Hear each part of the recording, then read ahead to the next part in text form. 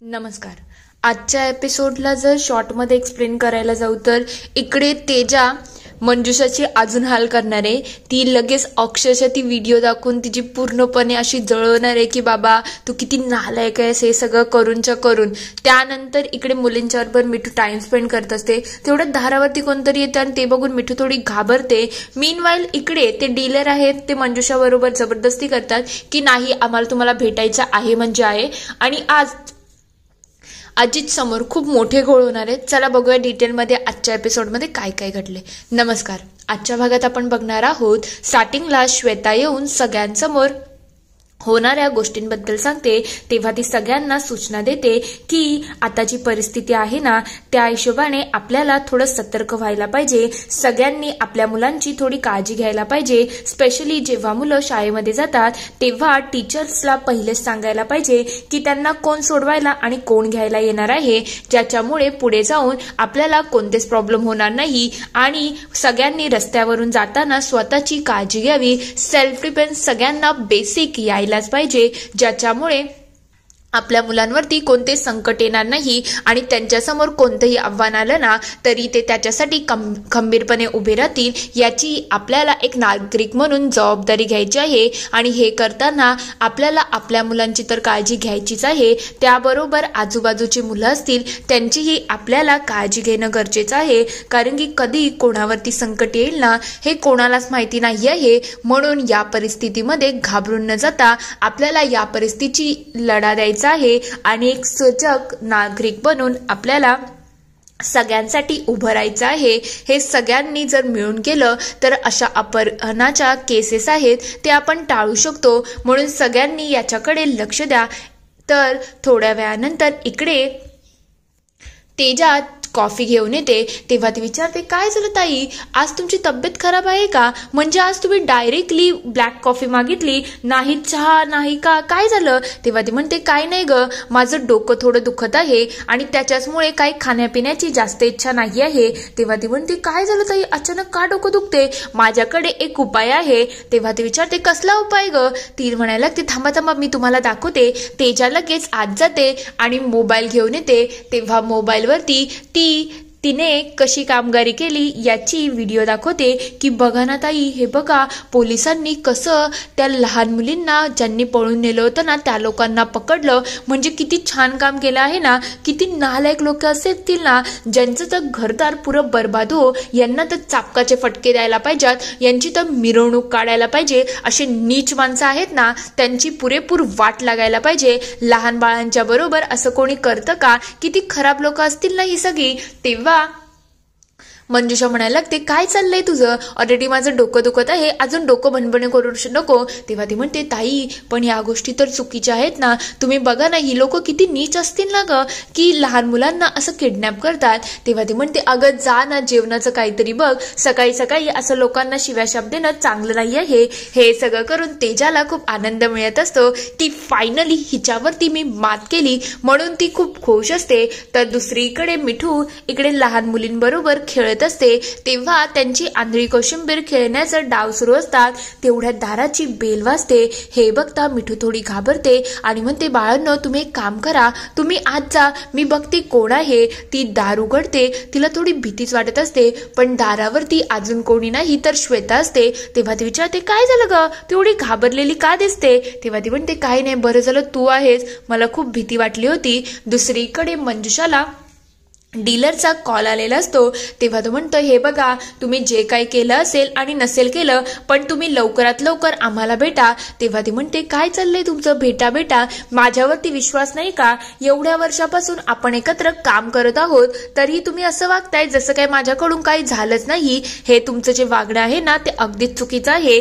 तेव्हा तो म्हणतो ते काही असो, तुम्ही जोपर्यंत आता भेटत नाही ना तोपर्यंत आपल्या गोष्टी पुढे काही सरसावणार नाही. मग तुम्हीच ठरवा तुम्हाला काय करायचं आहे. तेव्हा ती म्हणते यावेळेला माझ्या हात दगडाखाली आहेत म्हणून, नाहीतर ही मंजुषा आहे ना ती कोणासमोर बिलकुल झुकत नाही. एक काम करा, ते असं विचित्र काहीतरी चार मोलपाय असं काहीतरी नाव आहे बघा त्या कॅफेचं, तिथे येऊन भेटा मला, मी सुद्धा तिथेच येते. तेव्हा ते म्हणतात ठीक आहे काय हरकत नाही. ते दोघं लगेच भेटायला तयार झालेले असतात. तर दुसरीकडे तेजाच्या डोक्यावरती तिचा मॅनेजर नाचत असतो. तेव्हा तो म्हणतो, काय चाललंय तेजा तुझं? तुला एक प्रेझेंटेशन द्यायला सांगितलं आहे आणि इतके दिवस झाले पण तुझं अजून सुद्धा प्रेझेंटेशन रेडी नाही आहे. असं व्यवहार मी तुझ्याकडून खपून घेऊ शकत नाही. तेव्हा ते म्हणते, सर मी कशामध्ये तरी स्टक झाली आहे, मी कसं करू? मी तुम्हाला काय सांगते, मी त्यांना प्रेझेंटेशन नंतर दिली तर चालणार नाही का? तेव्हा ते म्हणतात, नाही चालणार म्हणून तर तुझ्या मागे लागतोय ना, समजत का नाहीये तुला? प्रेझेंटेशन खूप महत्वाचे आहे आणि आता बॉसने डेडलाईन दिली आहे, काही झालं तरी आजच्या आज प्रेझेंटेशन व्हायलाच पाहिजे. तेव्हा ती म्हणते, एक काम करूया सर, मी काहीतरी मार्ग काढते. तुम्हाला माहितीये का, माझ्या इथे तो एक कॅफे आहे, तुम्ही तिथे भेटायला या आणि प्लीज क्लायंटलाही रिक्वेस्ट करा की तिथेच यायला. मी तिथे येते आणि प्रेझेंटेशन देते. तेव्हा ते म्हणतात, ठीक आहे, काय हरकत नाही, तू तिथेच ये, मी सुद्धा तिथेच येतो. तेजाला पुन्हा इथून निघायचं असतं. तर दुसरीकडे मुली इकडे मस्त नाश्ता करत असतात. तेव्हा श्वेता म्हणते, बरं झालं या मुलींना या गोष्टी तरी आवडतात. म्हणजे मला तर पोरींची खूप भीती वाटत होती की एवढं सगळं त्यांच्या बरोबर झालं आहे, त्यांची अवस्था काय असेल, त्यांना कसं वाटत असेल, या सगळ्या गोष्टीची मलाही थोडी भीतीच वाटत होती.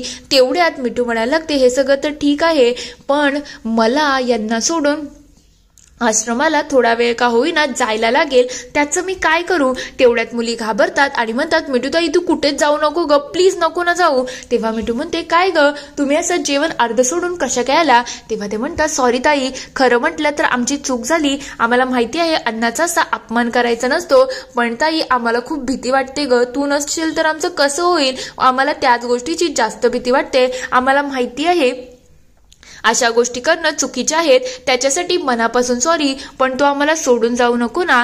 तेव्हा श्वेता म्हणते, किती समजूतदार आहेत ग या मुली. तेव्हा मिठू म्हणते, कसं आहे माहिती का, जेव्हा आपले हट्ट पुरवणारे किंवा आपली काळजी करणारे लोक खूप कमी असतात तेव्हा अचानक यांना समजूतदारपणा येतोच आणि जर यांना कोणी जाणीव करून दिली नाही ना, तर आजूबाजूची लोक तर आहेतच ना, त्यांना त्यांच्या परिस्थितीची नक्कीच जाणीव करून देतात की आपण अनाथ आहोत आणि त्याच्याचमुळे या मुलांना खूप लवकर मॅच्युअर व्हायला लागतं. तेव्हा श्वेता म्हणायला लागते, एक काम करू का, मी यांना माझ्या घरी घेऊन जाऊ का, म्हणजे कसं तुलाही थोडं कामाला निघता येईल. तेव्हा मिठू म्हणायला लागते, तुम्ही जाणार का हिच्या घरी? म्हणजे कसं, ही ताई आहे, ही खरंच खूप छान आहे. तेव्हा ते म्हणतात, नाही नाही आम्ही कोणाकडे जाणार नाही ताई, गेल्या वेळेला सुद्धा आम्हाला दत्तक घ्यायला आले होते, तुला माहितीये का, त्यांनी आमचे खूप हाल केले होते, आम्हाला जेवायला नव्हते देत, आम्हाला म्हणजे मारत होते, टॉर्चर करत होते, तुला काय सांगू आमची किती अवस्था केली होती. तेव्हा श्वेता म्हणायला लागते, अगं मी तशी नाही आहे, मी मिठूची मैत्रीण आहे आणि मी तुमची हाल करण्यासाठी तुम्हाला खरंच घेऊन जात नाही आहे. कसं आहे, तुम्ही तिकडे आल्या तर कैलासलाही थोडं छान वाटेल, आमच्या घरचं वातावरण थोडं हलकं होईल, त्यामुळे मी बोलली की तुम्ही येता का. तेव्हा मिठू त्यांची समज काढते आणि तेव्हा जाऊन मुली कुठे तयार होतात श्वेता बरोबर जायला. तर दुसरीकडे इकडे मंजुषाची गाडी खराब झालेली असते. तेवढ्यात तिथे श्वेता आणि मुली सुद्धा आलेले असतात. तेव्हा श्वेता म्हणते, हे बघा तुम्ही तर खूप मस्ती करता ग आणि सगळ्याच गोष्टीमध्ये हट्ट करता. तेवढ्यात श्वेताचं लक्ष जातं की गाडी आपली का थांबली आहे. दादा सांगायला लागतात, ताई काय नाही, ती पुढच्या गाडीमुळे आपल्याला इथून निघता येणार नाही. तिचं लक्ष जातं की तिथे मंजुषा आहे, म्हणून ती मुलींना सांगते, मुलींना एक काम करा, मी तुमच्यासाठी एक सरप्राईज अरेंज करते, पण त्याच्यासाठी तुम्हाला 100 पर्यंत काउंट करायचं आहे, तेही डोळे बंद करून. तेव्हा ते म्हणतात, ठीक आहे ताई, तू जसं म्हणू आम्ही तसं करू. त्या लगेच डोळे बंद करतात आणि काउंट करायला सुरुवात करतात. तेव्हा श्वेता म्हणते, थांबा थांबा, इतकी घाई करायची नाही, एकदम हळूहळू तुम्हाला काउंट करायचं आहे. तेवढ्यात ती लगेच बाहेर निघते. इकडे ती मंजुषाला विचारते, काय झालं, म्हणजे तुमची गाडी बंद पडली आहे का. तेव्हा मंजुषा सांगते, हो ना, गाडी बंद पडली आहे. खरं म्हटलं तर आज माझा ड्रायव्हर सुद्धा नाही आहे, जर ड्रायव्हर असता तर काही प्रॉब्लेमचं सोल्युशन निघालं असतं. तेव्हा श्वेता म्हणते, ठीक आहे, एक काम करते, मी माझ्या ड्रायव्हरला बोलवते. ती लगेच तिच्या ड्रायव्हरला गाडी चेक करायला लावते. तेव्हा मंजुषा विचारते, काय हो, आपण कधी भेटलो आहोत का, मला असं वाटते आपली कधी भेट झाली आहे. तेव्हा ती म्हणते, नाही नाही, आपली कधीच भेट झाली नाही. कसं आहे, एकसारखे चेहरे असतात ना, म्हणून तुम्हाला भास झाला असेल. की माझ्यासारखं कोणाला तुम्ही बघितलं असेल. तेव्हा ती म्हणते कसं आहे माहिती का, जोपर्यंत मी एखाद्याशी बोलत नाही ना तोपर्यंत त्यांचा चेहरा मला काही आठवण राहत नाही. तसंही मी खूप लोकांशी भेटत असते, मला असं वाटते आपली कधी ना कधी भेट झाली असेल. तेव्हा श्वेता म्हणते नाही नाही असं काहीच नाही आहे, कारण की मला तरी तुम्ही आठवत नाही आहेत. तेवढ्यात ते म्हणतात तुमची गाडी रिपेअर झाली आहे. तेव्हा ती म्हणायला लागते थँक्यू, खरंच तुम्ही खूप मदत केली आणि तुमची मदत झाली म्हणून तर मला गाडी इथून काढता आली. मला थोडं काम आहे त्याच्याच निमित्त मी बाहेर जात आहे. तेव्हा श्वेता म्हणते ठीक आहे, माझंच प्लेजर आहे की तुमच्या मदतीला मी आली. तेवढ्यात मुलींचं इकडे काउंटिंग संपत येतं आणि जशीच मंजुषा गाडीच्या आत बसते तसंच मुलींचं लक्ष जातं आणि त्या जोरात मंजुषाताई जोरात जोरात ओरडायला लागतात. हे बघता श्वेता खूप घाबरते आणि पटकन गाडीच्या जवळ यायला म्हणायला लागते अगं तुमचा गैरसमज झाला, मंजुषाताई नव्हत्या का तिथे, तुम्ही थोडं चुकीचंच बोलताय. दादा एक काम करा, चला आपली गाडी आता पुन्हा बुलबुल बागेकडे न्या. इकडे मिठू दार उघडते. तेव्हा ती म्हणते काय झालं, तू मुलींना घरी नेणार होती ना, मग अचानक तू इथे का घेऊन आली. तेव्हा ती म्हणते ते मी तुला नंतर सांगते, एक काम कर मुलींना थोडं आत बसव. ती लगेच मुलींना आत बसायला सांगते आणि म्हणायला लागते मिठू तुला माहितीये का किती मोठा गोळ होता राहिला आहे. खरंच देव आपल्या पाठीशी आहे, नाहीतर एवढ्या मोठ्या प्रॉब्लेम मधून आपण बाहेरच निघलो नसतो. तुला माहितीये का आज काय झालं, आता आम्ही अशा रस्त्यावरती होतो ना तिथे मंजुषा आमच्या पुढे होते आणि तिची गाडी बंद पडली होती. नशीब माझं लक्ष गेलं, नाहीतर जर मुलींनी तिला बघितलं असतं ना तर मुलींनी तर हट्ट धरला असता. मी माझ्या ड्रायव्हरने तिथे पाठवून तिची गाडी रिपेअर केली आणि मंजुषा मला सुद्धा अशी म्हणत होती की ती मला ओळखते. नशीब मी कसं बसं पिछा सोडवला आणि मुलींना सांगितलं की तुम्ही 100 पर्यंत काउंट करा. त्यांचं जे संपत होतं ना त्यामध्ये मंजुषा गाडीच्या आत बसली. जर ती आत बसली नसती ना तर आज तर सगळं काही बर्बाद झालं असतं. पण मला एक समजत नाही या बाईला लाज कशी वाटत नाही, एवढी मोठी गोष्ट होऊन सुद्धा ती अजून सुद्धा अशी सरसटत फिरत आहे. म्हणजे हे सगळं वागणं थोडं खटकत नाही का. आणि तेजाने आपल्याला काही कळवलं कसं नाही. तेव्हा ती म्हणते थांब जरा मी एकदा तेजाला कॉल करते.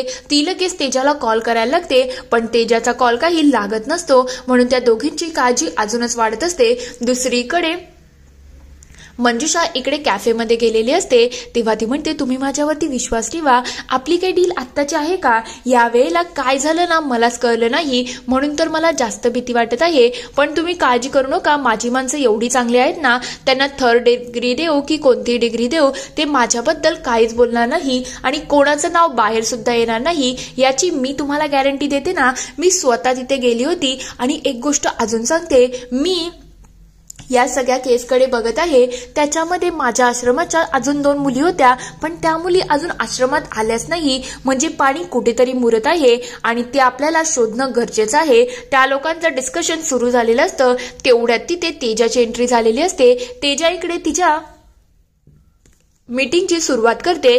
तेवढ्यात तिथे अजित येतो आणि म्हणायला लागतो काय तेजाबाई सगळं व्यवस्थित ना. तेव्हा तेजाबद्दल अरे माझी मीटिंग सुरू आहे, तुझं काय चाललंय इथे, काही हवं आहे का. तेव्हा तो म्हणतो अरे सॉरी माझ्याकडून चूक झाली, तेजा मी कॉफी पाठवू का. ती लगेच कॉफी बोलून तिथून निघून जाते. तेवढ्यात अजित तिकडे त्याच्या वेटरला सांगायला लागतो एक काम कर, तिथे तेजा बसली आहे तिला व्यवस्थित कॉफी दे आणि त्यांच्याकडून बिल काही घेऊ नको. त्याचं थोडा गैरसमज होतो आणि तो तेजा आणि मंजुषामध्ये कन्फ्युज होऊन जातो. तेवढ्यात इकडे या लोकांचं बोलणं सुरूच असतं. तो कॉफी घेऊन येतो आणि म्हणतो मॅडम ही आमच्या इथली स्पेशल कॉफी आहे तुमच्यासाठी. तेव्हा ती म्हणते मी तुमच्याकडून कॉफी मागवली का. तेव्हा तो म्हणतो नाही पण आमच्या सरांनी तुम्हाला द्यायला सांगितलं आहे आणि बिलसाठी सुद्धा नकार दिला आहे. तेव्हा अजितचं लक्ष जातं. तेव्हा ती म्हणते काय चाललं आहे, माझ्याकडून बिल का घ्यायचं नाही, नेमकं हे प्रकरण काय आहे मला समजेल का. तेव्हा अजित विचारतो काय झालं तुम्हाला, सगळं ठीक आहे ना. तेव्हा मंजुषा सांगते हे बघा आम्ही ही कॉफी मागवली नाही आणि बिल बागितलं तर तुमचा वेटर असा म्हणतोय की बिल द्यायची गरज नाही आहे. हे प्रकरण काय आहे जरा मला तुम्ही सांगता का. तेव्हा अजित म्हणतो सॉरी काहीतरी गैरसमज होत आहे. खरं म्हटलं तर माझी मैत्रीण आहे तेजा, ती इथे आली आहे आणि तिला बिल द्यायला मी चा नकार देत होतो आणि त्यांना असं वाटलं तुम्ही आहात. तेवढ्यात तेजा मागे वळते आणि ते बघता मंजुषा तिला बघते आणि जोरात किंचाळते शेवंता. हे सगळं झाल्यानंतर खूप मोठा तमाशा सुरू होणार आहे. इथे एपिसोड संपतो. पुढील भागात आपण बघणार आहोत मंजुषा इकडे म्हणते ही माझ्या घरी काम करणारी शेवंता आहे आणि ही तर माझ्या घरी जेवण बनवते. तेव्हा तेजा म्हणायला लागते तुमचा काहीतरी गैरसमज होत आहे. Mind your language. तुम्ही कोणाशी बोलताय, काय बोलताय याचा विचार करा. म्हणून तुम्ही तुमच्या लिमिटमध्ये राहा. मी कोणाच्या घरी जेवायला बिवायला बनवत नाही. हे सगळं झाल्यानंतर मंजुषा लगेच इकडे तेजाला कॉल करते आणि विचारते काय ग शेवंता तू कुठे आहे. तेव्हा तेजा लगेच सांगायला लागते काय नाही ताई, मी तर घरीच आहे, स्वयंपाक करते. ती तेजा इकडे स्वतःला आवरत असते. तेव्हा मंजुषा म्हणते ठीक आहे मी घरीच यायला निघालेली आहे. मंजुषा तेवढ्यात दाराच्या बाहेर येत असते आणि जोरात हाक मारते शेवंता. तिच्या चेहऱ्याचे एक्सप्रेशन पुरेपूर बदललेले असतात आणि तेजाही इकडे थोडी घाबरलेली असते. इथे हा पूर्ण एपिसोड संपतो. आता नेमकं हे प्रकरण काय घडलं असेल, तुम्हाला काय वाटतं ते मला कमेंटमध्ये नक्की कळवा. व्हिडिओ आवडला असेल तर लाईक, शेअर, सबस्क्राईब करायला विसरू नका. Thank you for watching.